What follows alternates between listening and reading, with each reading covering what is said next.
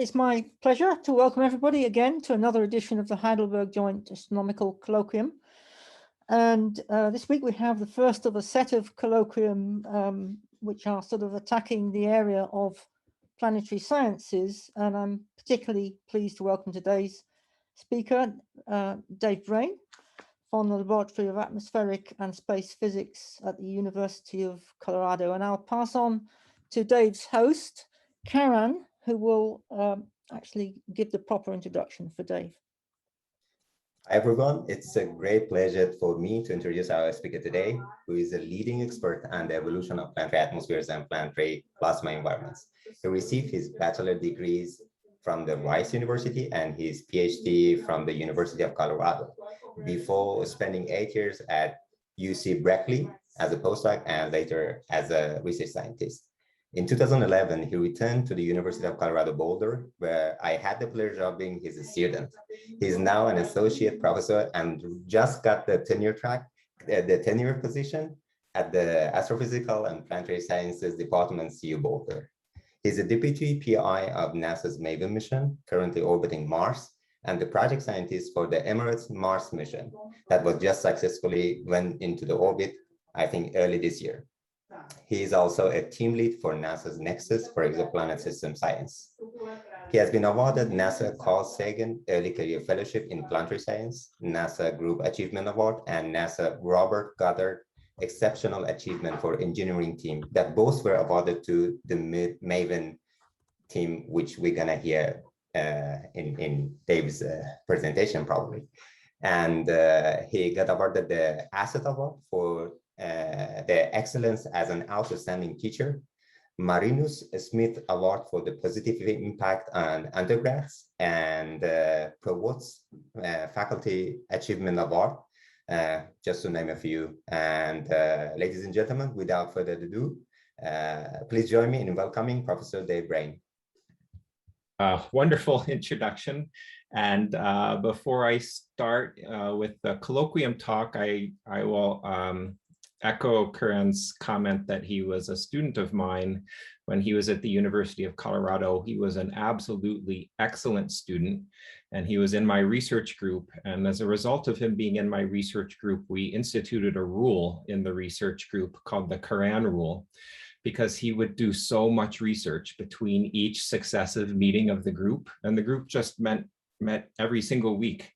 But he would do so much research in between every meeting that we instituted a rule that he wasn't allowed to bring more than a certain amount of research each week, because it was making everyone else look bad. So there we go.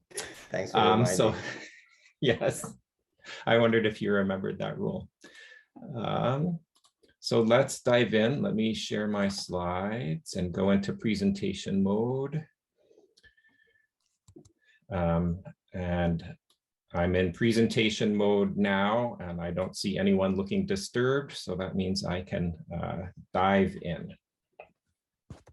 Okay, so the topic of my talk, and a question that has been driving my research for the past couple years and will likely to continue to drive my research for the next 5 or 6 years, is this 6-word question. Very simply expressed, it's, do habitable worlds require magnetic fields? And we might be done here on the title slide if we're aware that empirically Earth has a magnetic field, and we know that it's habitable because this colloquium is happening. Venus and Mars do not have global planetary magnetic fields, and habitability at those 2 planets is tough or impossible at present. So if the empirical evidence is guiding us, and then the answer is yes, and we are done, and I'm happy to take questions for the next 50 minutes or so. Unfortunately, we have the statistics of small numbers also here to deal with, and so maybe it's not safe to proceed based just on the empirical evidence. So like all science, let's just be democratic about it and vote, and then that will be our answer. So I actually would like everyone to vote right now about the question, the answer to this question. So in the, I believe there is a place, let me check. I didn't verify that this can work. I believe. Go ahead, Richard. Polling, there's a polling launch poll. Yeah, I was going to do it more informally if possible with reactions. Okay, so there should be a reactions button at the bottom of your Zoom window. Maybe thumbs up is yes, and tears, crying tears is no. And let's just keep it at yes or no. You have to pick one of those two options. So let's do that and get a rough sense of where we are as a group.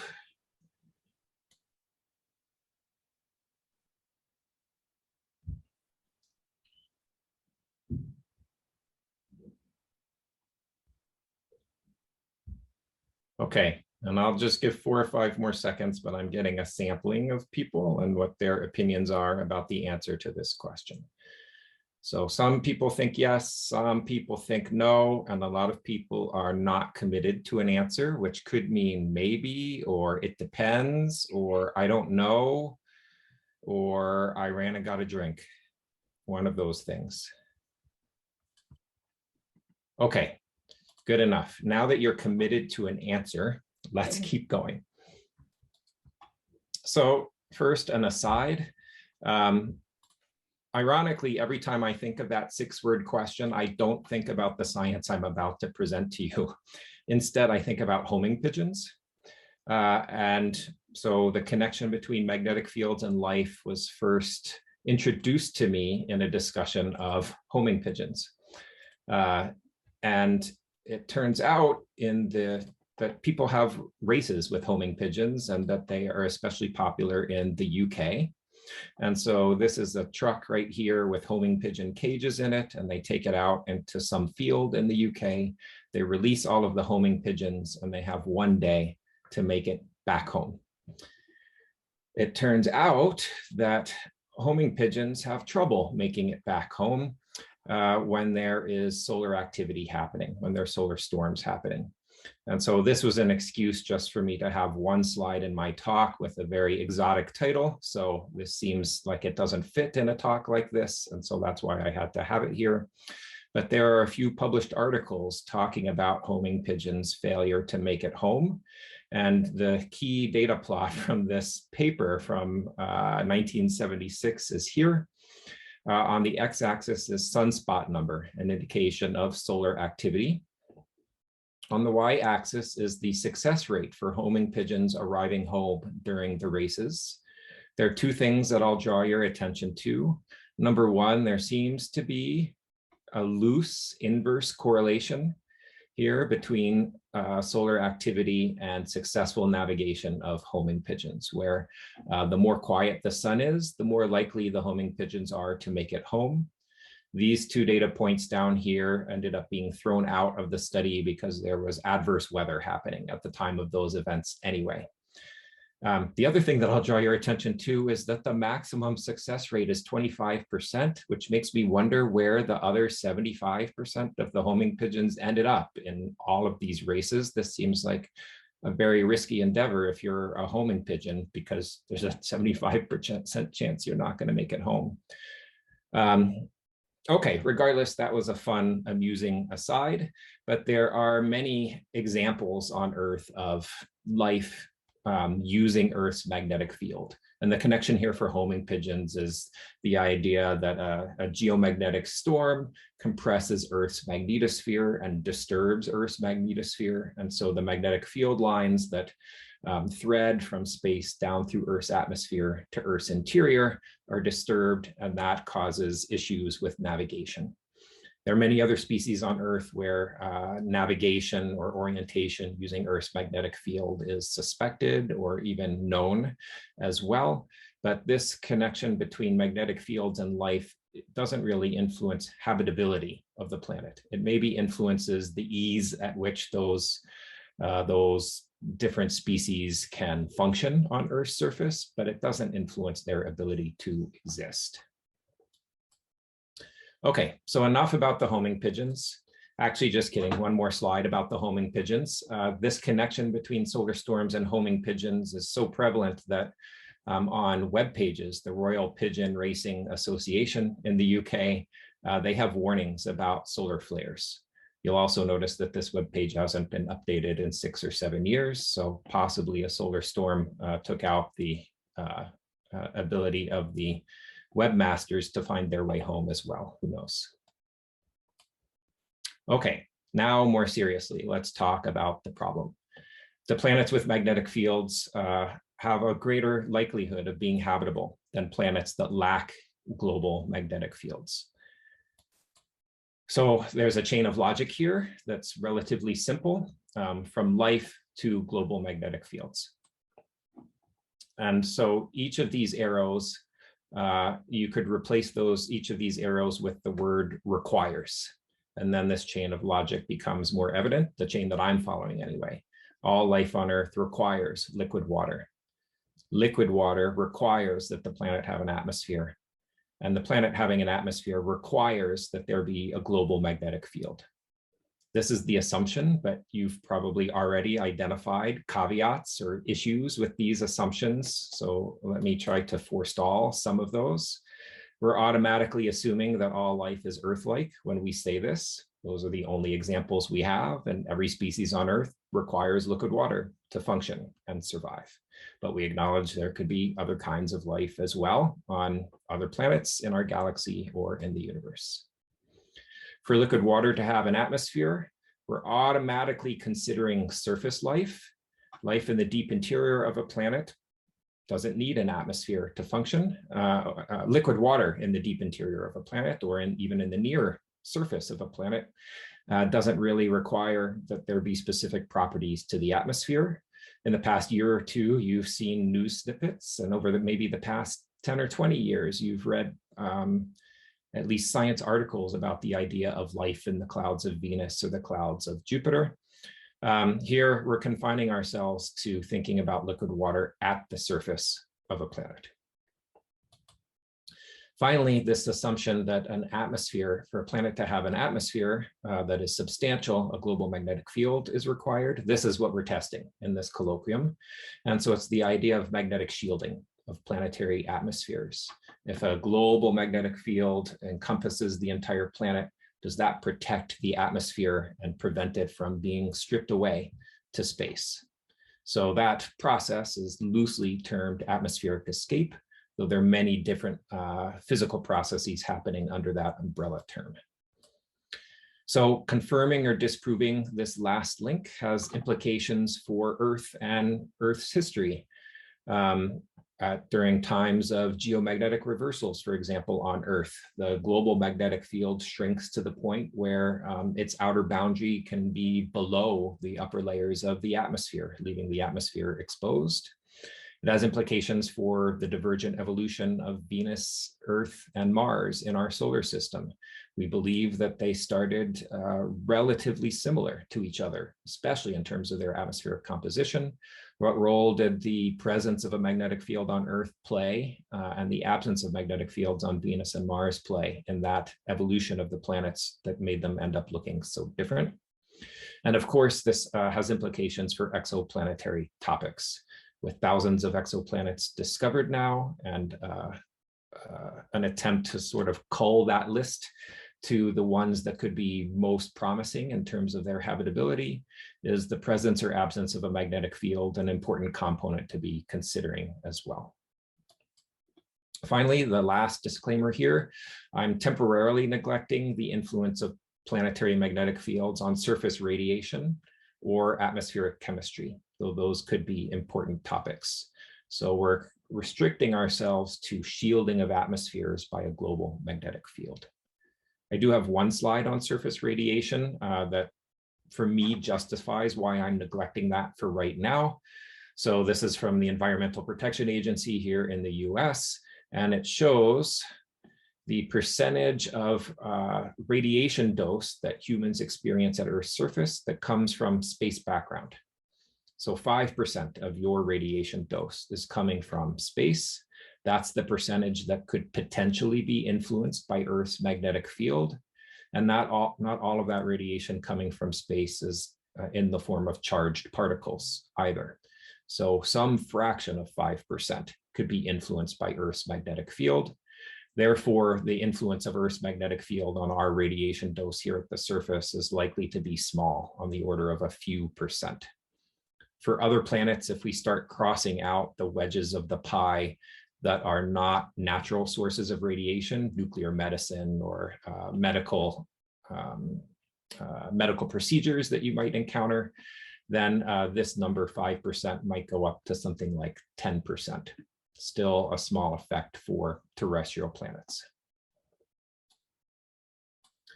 Okay, so now let's explore a little more this connection between liquid water and atmospheres with the phase diagram of water. We, of course, often think of the phase diagram of water in terms of temperature, because that's what we experience at Earth's surface.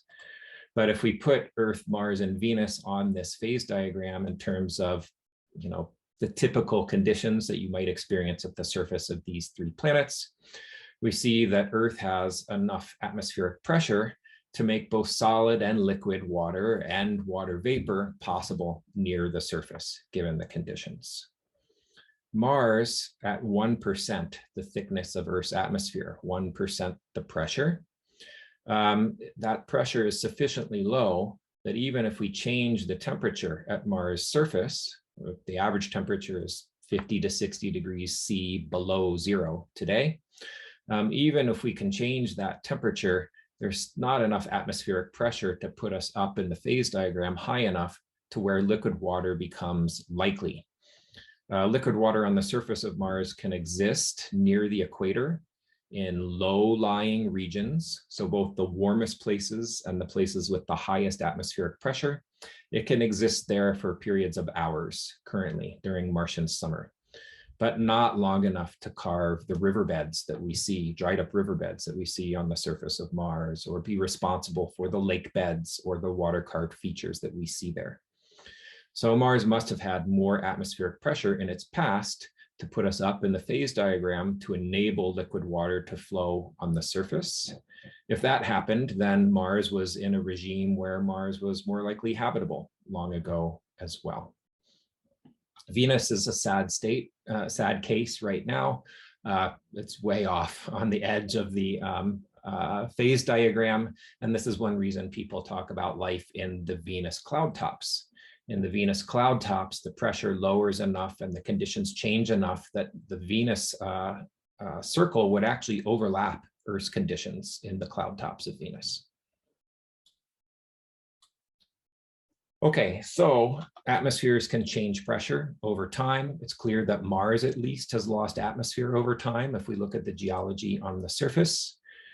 And so we are aware that atmospheric particles can be lost from a planet away to space, reducing atmospheric pressure over time. And I mentioned that this is an umbrella term, atmospheric escape, but atmospheric escape actually consists of 4 or 5 distinct physical processes. This comic book cartoon was made by an undergraduate here at the University of Colorado. So I just wanted to point that out and give him credit for that. He's a double major in astronomy and film studies and art here, and so has combined his 2 interests into making videos and scientific visualizations. So he made this diagram for me. So here, for both magnetized and unmagnetized planets, you can give atmospheric particles enough energy that they exceed the escape energy for the planet, or the escape speed. And this is done via several different processes.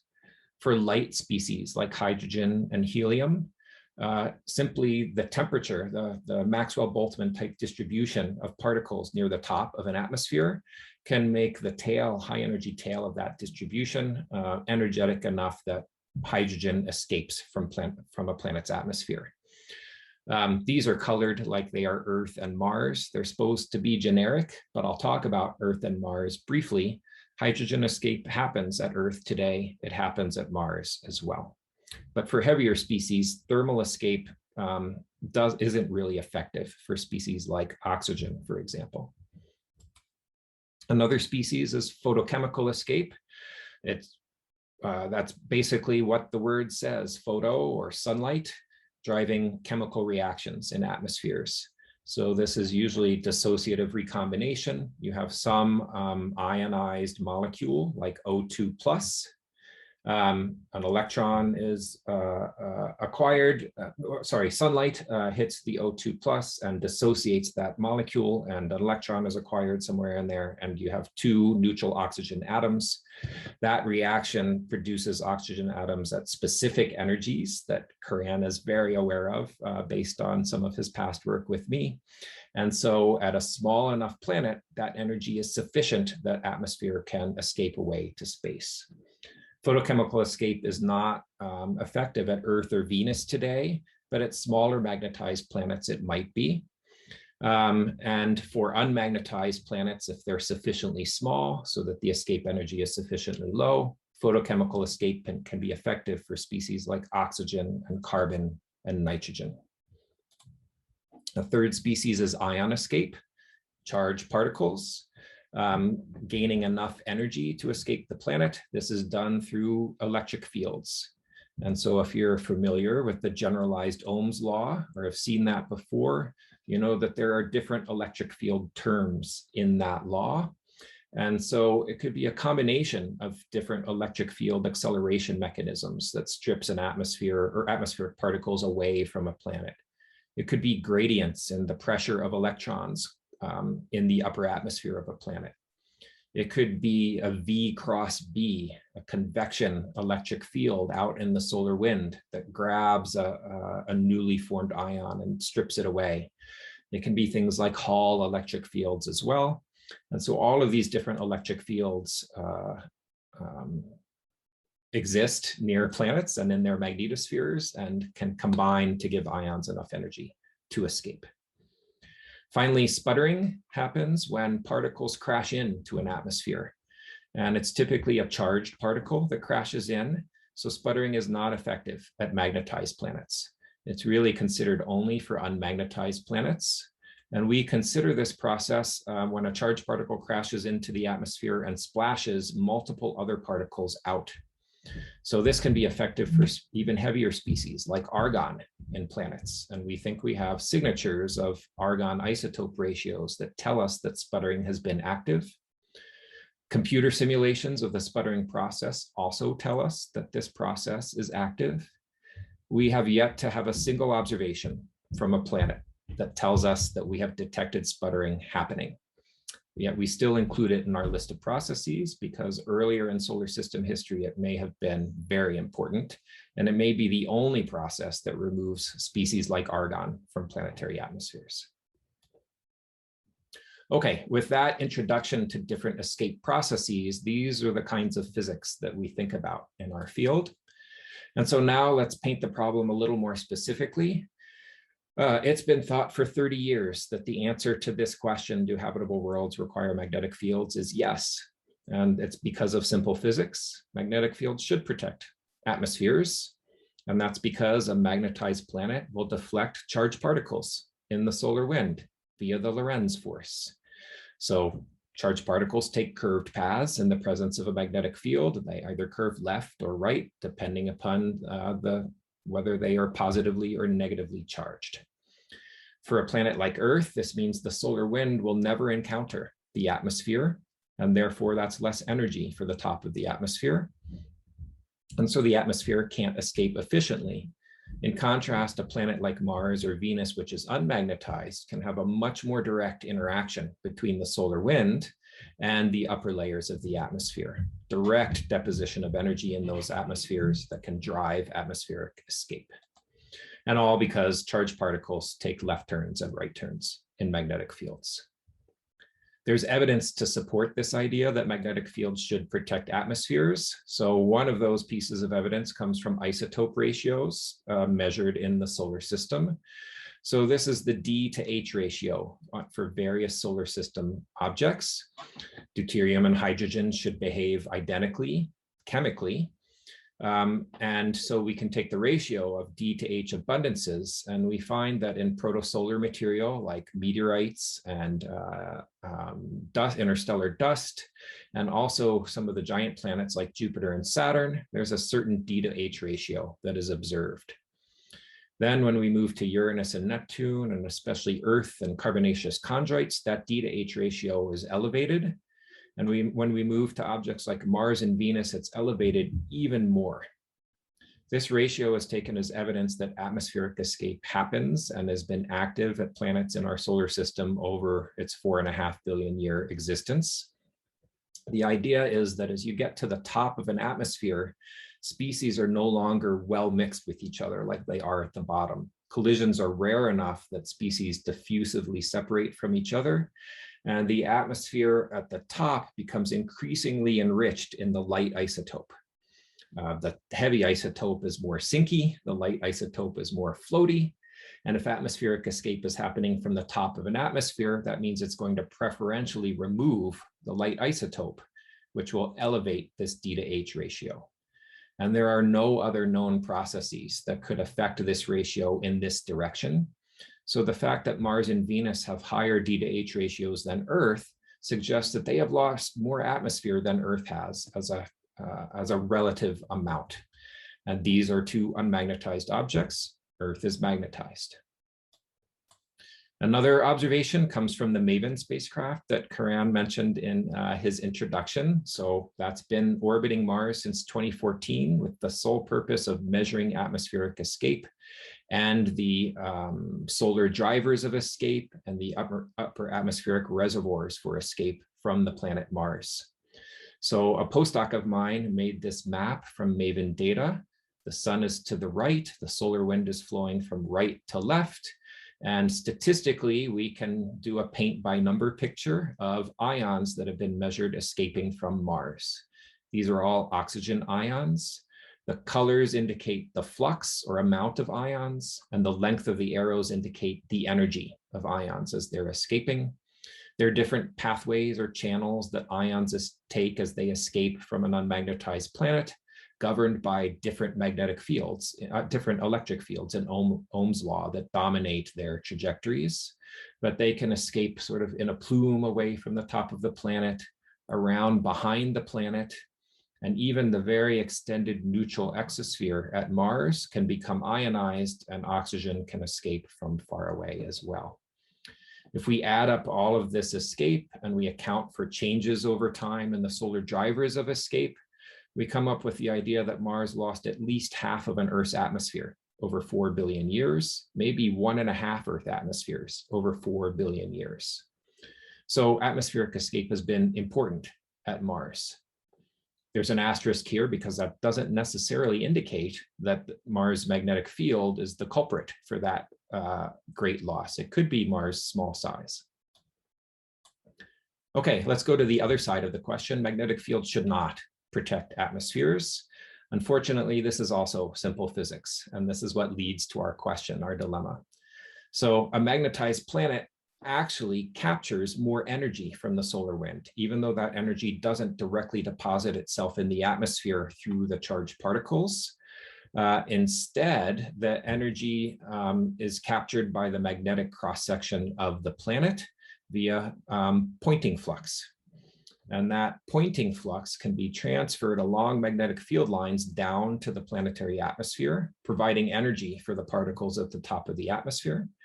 And in the same way that we see that energy deposition in the form of aurora near the North and South Pole, we have also measured with spacecraft escaping ionized particles near the poles. So the energy is transferred to the atmosphere along magnetic field lines in auroral processes. And the escape from Earth is very efficient, but it's not global like it is at Mars and Venus. It mostly happens near the poles. Okay, there's support for this idea that magnetic fields should not protect atmospheres. First, the energy of the solar wind, the pointing flux, has been shown through spacecraft observations to be proportional to the ion escape. So energy in, ions out, there's a relationship between these two things that suggests that the solar wind controls how much atmosphere escapes from the planet. There's a direct link there. There's an asterisk here because in my mind, that doesn't necessarily mean that the magnetic field isn't protecting the atmosphere. The magnetic field may still be reducing atmospheric escape, but preserving that link between the solar wind and escape.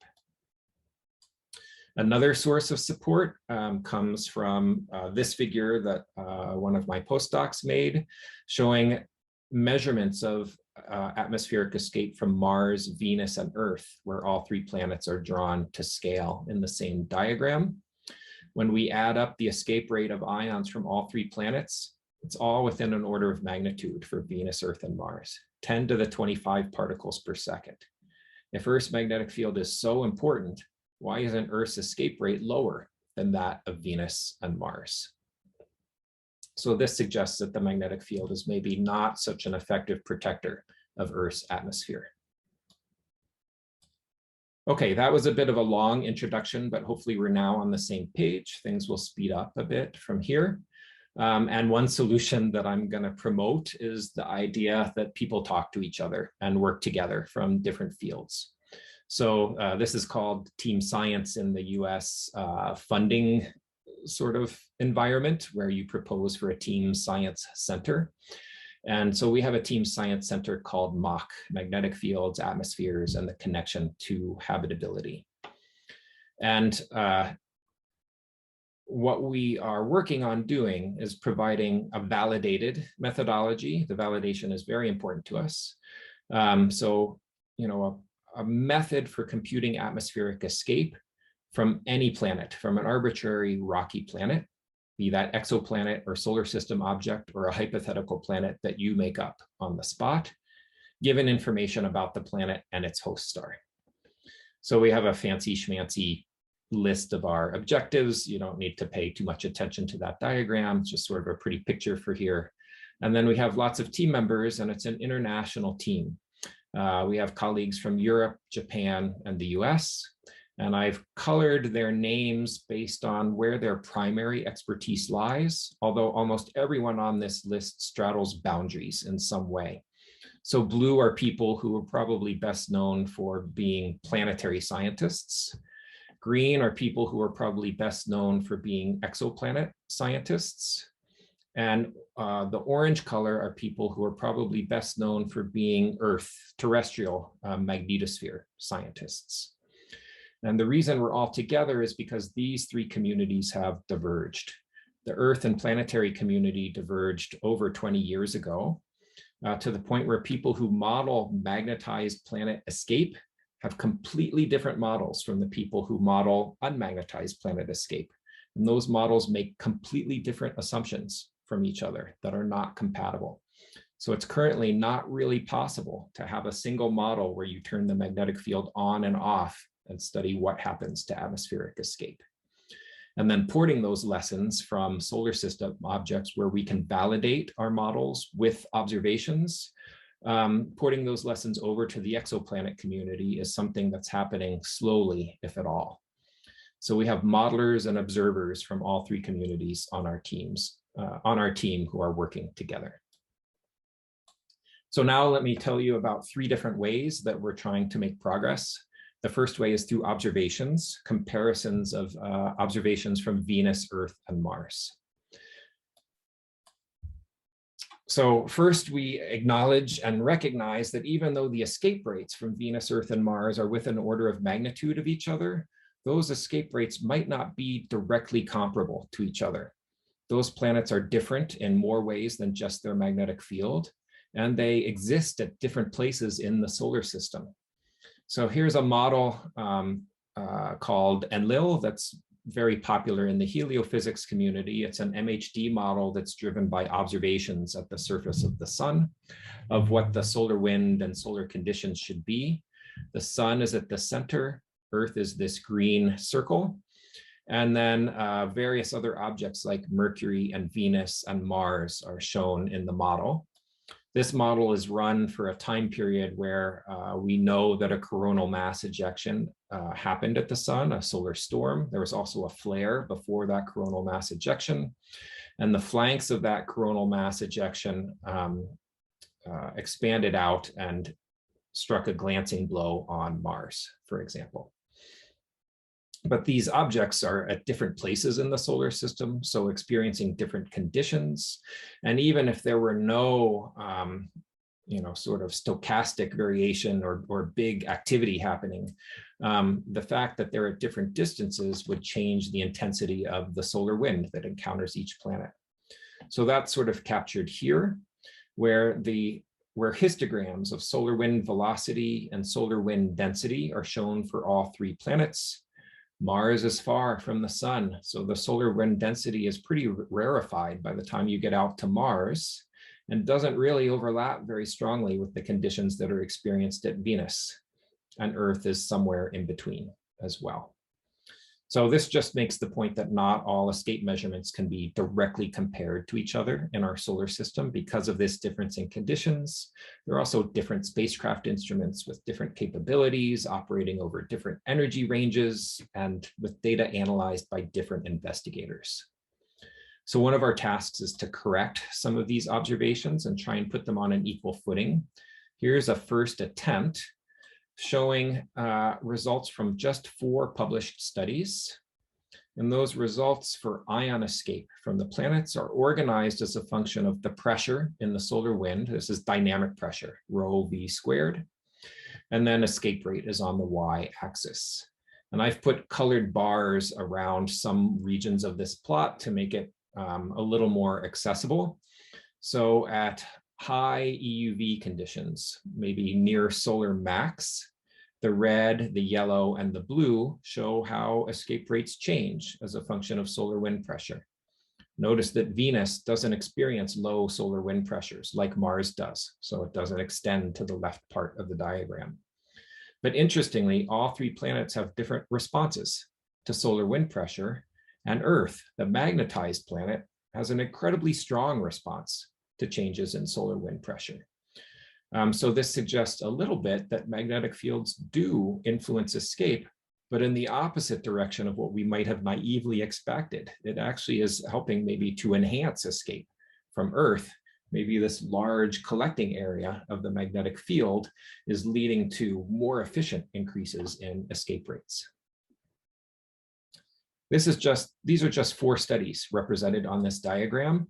So another seemingly more menial or boring task was to collect every single study of escape rates that have been published in the history of published escape rate studies. We gave this to a very enthusiastic undergraduate student, and she did a wonderful job. And so we now have a database of escape studies that we can put on plots like I just showed you and compare all of those escape studies together and start mining that information, which hasn't really been done before, surprisingly. And we're also producing new studies within our group. So I showed this plot earlier on, the relationship between energy in and ions out. This was done in 2005, and these observations are from a single solar storm that encountered Earth. But our team is now going back to data from this spacecraft called the FAST spacecraft and incorporating more and more observations. And so here's a study that came out in 2020 showing that, yes, energy in is correlated to ions out, even when we incorporate more data. That comparison is maybe a little more messy in terms of correlation coefficient. It's slightly lower, but there are many other things that correlate as well. The y-axis is always ions out, but not just energy in. It could be wave amplitude or the electron energy flux, or the AC pointing flux rather than DC pointing flux. All of these seem to have some influence on escape, telling us that the physics there is maybe not so easily elucidated. There's more digging we have to do into what exactly is controlling the escape from Earth. Okay, another way that we've been trying to make progress is to just focus on Mars. Why would we do that? It's actually super interesting, but I've already mentioned MAVEN, observations from a spacecraft entirely devoted to measuring atmospheric escape from planets. And there are lots and lots and lots of relevant data. As a matter of fact, we have better data for atmospheric escape from Mars than we do for Earth. So if you're interested in the topic of atmospheric escape, currently Mars is the richest data set. The reason Mars is interesting and this was part of my PhD thesis, was because Mars lacks a global magnetic field, but it has regions of the crust that are very strongly magnetized, probably magnetized in the presence of an ancient dynamo of the planet that turned off after about 500 million years. So this is a map of where those strong magnetic fields are located. Red is magnetic field oriented upward, blue is oriented downward towards the center of the planet. And there's some longitudes and latitudes that have strong crustal magnetization and others that have almost none. It's almost like Mars is a built-in control experiment. Comparing Mars and Earth is tough because those are different sized planets with different atmospheres at different distances from the sun. Comparing Mars to Mars is a lot easier. We can go to magnetized regions and unmagnetized regions on the same planet and see how ESCAPE operates from those two different locations to see what influence the magnetic field has. The magnetic fields can have multiple influences. First, they provide magnetic pressure that can shield parts of the atmosphere, but they also change the magnetic topology so that you can have open magnetic field lines that connect out to the solar wind in some places and closed magnetic field lines in others. So I'll just show you two results from this Mars to Mars comparison. One is from me. So from every time the spacecraft passed through a surface that I drew at 700 kilometers above the surface of the planet or something like that, I looked at our ion escape observations and made a colored map of how many ions are leaving the planet. And I can make maps like this for many different situations. So I made maps like this as Mars rotates on its axis. And the strong crustal fields are sometimes oriented towards the sun. They're situated at noon. Other times they're in the deep night side of the planet. And other times they're on the terminators, the dawn-dusk terminators. And we can look at changes in escape rates as Mars rotates on its axis. And there's some variation, 17% as Mars rotates, but that variation is of the same order of magnitude as the uncertainty, or not the uncertainty, the variability in the measurements themselves. This suggests that those magnetic fields on Mars have at most a small influence on changes in atmospheric escape rates, that the magnetic field is not having much influence at all. This is kind of a quick and loose way to look at the data, but fortunately graduate students exist in the world and they can dive in more deeply. So I have a graduate student that defended last year named Tristan, who looked more specifically at differences between magnetized and unmagnetized regions locally rather than in a global sense. We won't go through all 4 panels, but I will just look at one right here.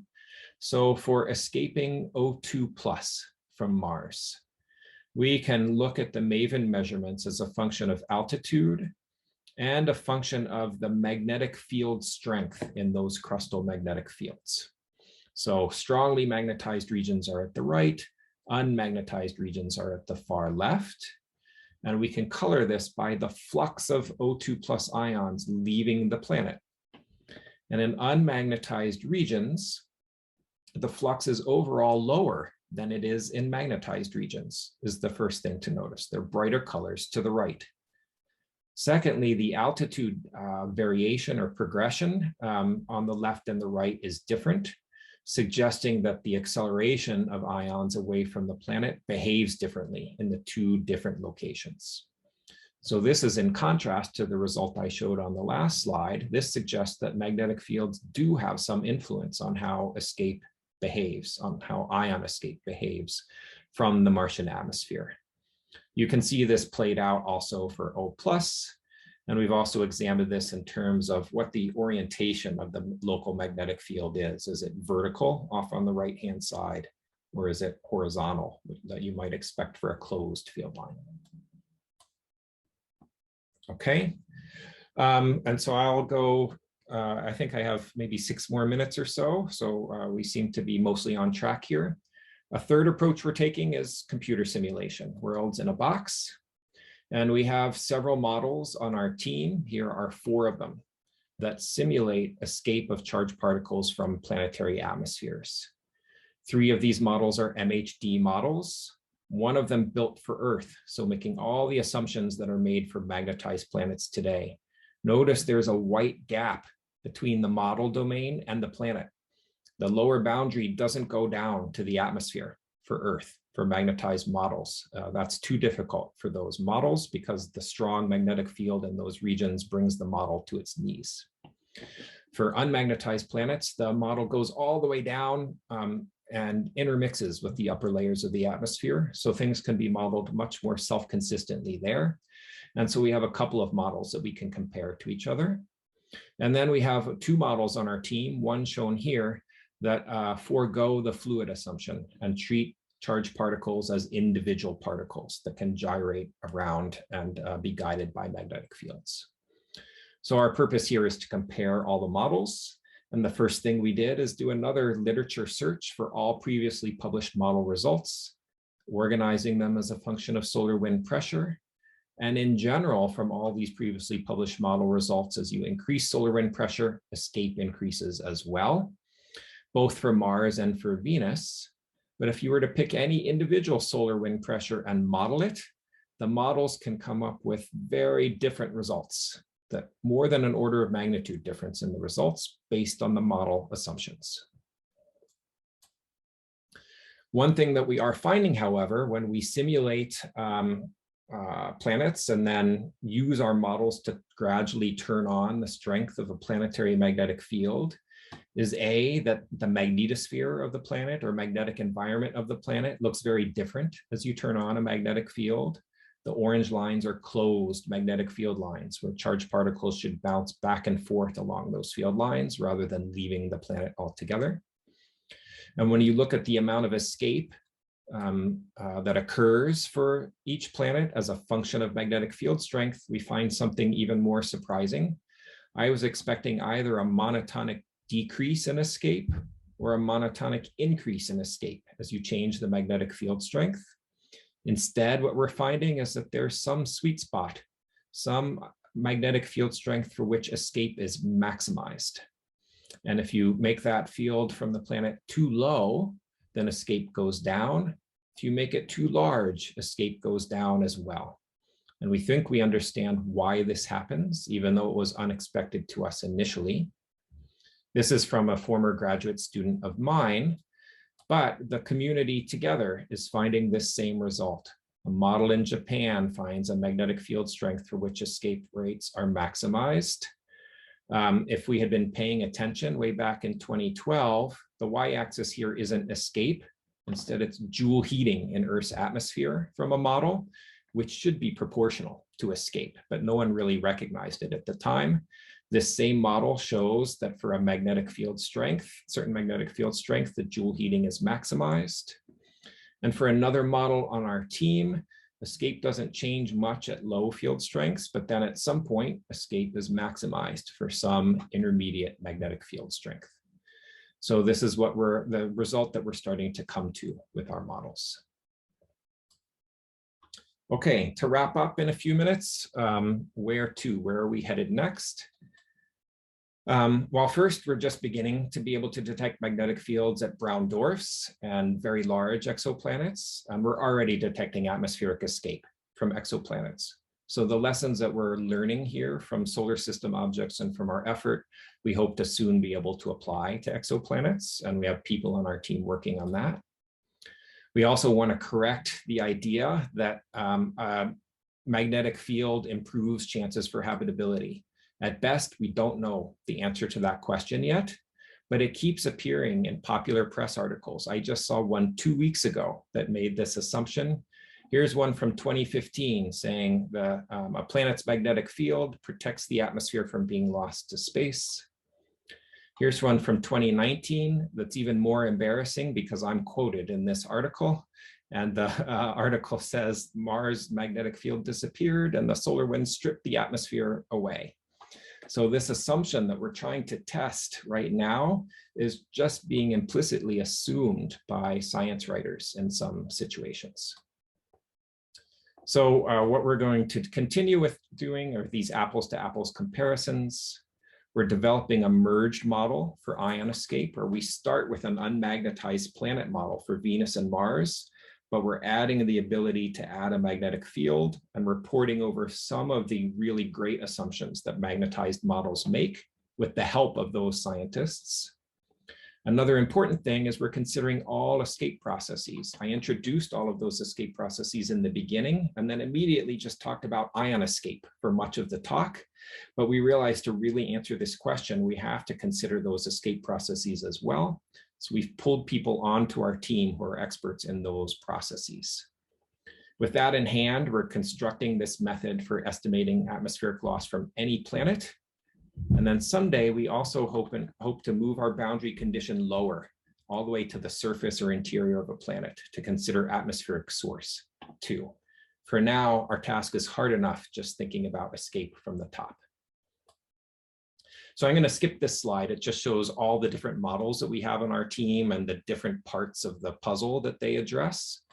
And say that one thing that we're developing that might be useful to the community, or that we hope is useful to the community, is a web interface that will provide access to a model library that we're building up that expands all of the parameter space of planetary properties and stellar properties and the magnetization state of the planet. So imagine a web interface where you can go choose your planet, choose your star, choose the magnetic field, and then the web interface accesses a multidimensional model library and returns what the escape rates would be for that planet under those conditions.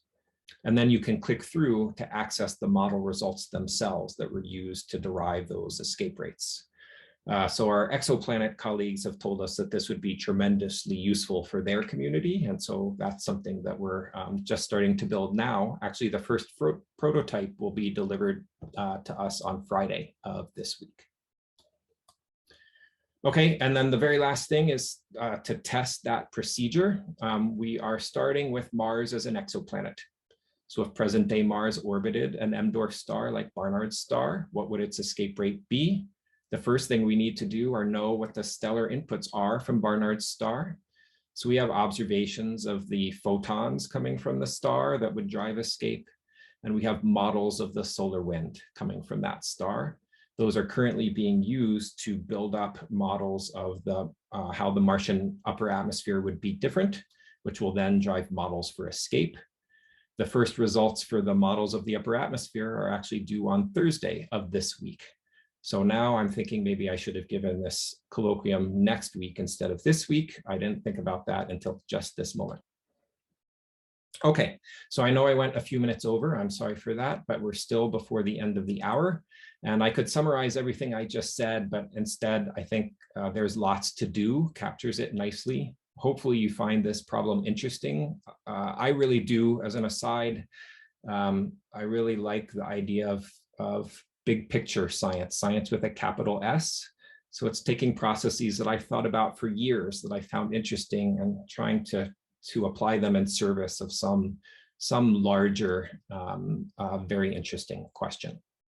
So maybe the way to stop now would be to vote one more time. I'm interested to see if the distribution of votes has changed. And so let's do the same thing with the reactions if possible. And I will leave it there. Thanks very much. Great, thanks. I saw the votes as they came through. Yeah. I guess we'll put our hands down for the moment if Dave's got the results of the poll, and then if there are questions, please raise your hand again. While we're doing that, I have a question myself, which is sort of very straightforward one. You were showing plots, I think, of measurements of ion flux versus Poynting flux, for example. I was trying to work out in my mind what the ion flux measurements meant in terms of timescales, for removal of masses from your. Can you give an idea of that? I can. It's easier for me to do that for Mars than it is for Earth, but it should be the same in terms of number, roughly. So an escape flux of 10 to the 25 per second If that was applied over 4 billion years of planet history at a constant rate, Mars would lose 10 millibars of atmosphere, hardly anything. Right. And its current atmospheric thickness is 6 or 7 millibars. The reason I said half a bar of thickness is that that constant rate doesn't account for two things. Number one, it doesn't account for solar storm periods, during which we see escape elevated by 1 to 3 orders of magnitude. So I think of those a little bit as tsunamis changing the shape of the beach in Indonesia or something like that. And the other thing it doesn't account for is the fact that all of the stellar drivers are weaker today than they were 4 billion years ago.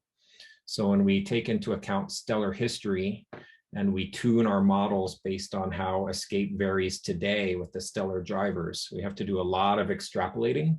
But when we do that extrapolation, we get that a lot of atmosphere was lost.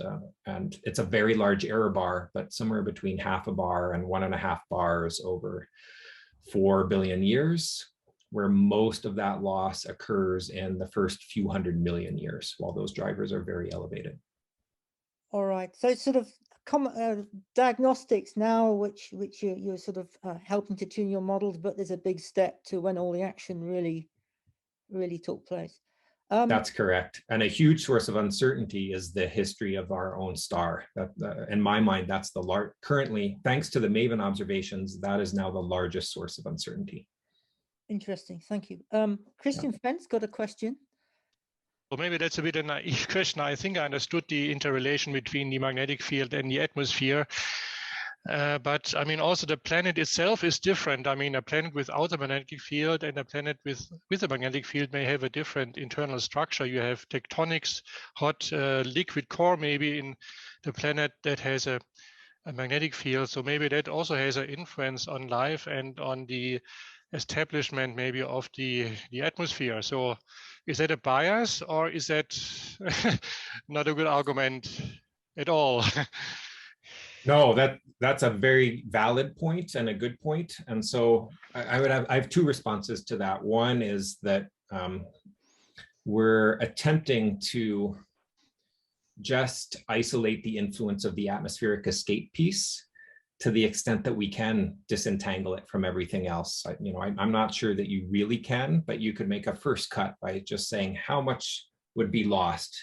Let's ignore everything else that's going on in terms of atmospheric source or geology of the planet, and let's bring that in later if we can, because there's enough difficult physics here to constrain. A related comment is that I'll often get the question about comparisons between Mars and Venus. If atmospheric escape in the absence of a magnetic field is so important, then why does Venus have such a thick atmosphere? And this gets, I think, at exactly your point. For Venus, the atmospheric source processes have been much more important over time. It's a larger planet than Mars. Volcanic outgassing should have been more significant. If Venus lost 1 bar of atmosphere, the same thickness of Earth, who cares? It's still got 90 bars left. So we could constrain escape all we want, but the more important thing for Venus has been the source that we haven't touched. Thank you. Yeah, interesting. Yeah. Okay, I think we got just coming up to the hour now, so I don't see any further questions. I suggest that we continue discussion afterwards, after we have the formal end of the colloquium. Just before we thank Dave again, I'll share my screen. And yeah. So next week we have Naomi Globus talking on a related topic, which is the duality of life. And in fact, the atmosphere may also have a role to play there because it is the source of air showers involving muons. And she's going to tell which have a chiral bias themselves and may influence that of life. She'll be telling us about that next week. So I do urge everybody to tune in. So I'll now stop the share and ask everybody to open their microphones and open their cameras. And let's give Dave a really great thanks for this really fascinating talk. Thank you.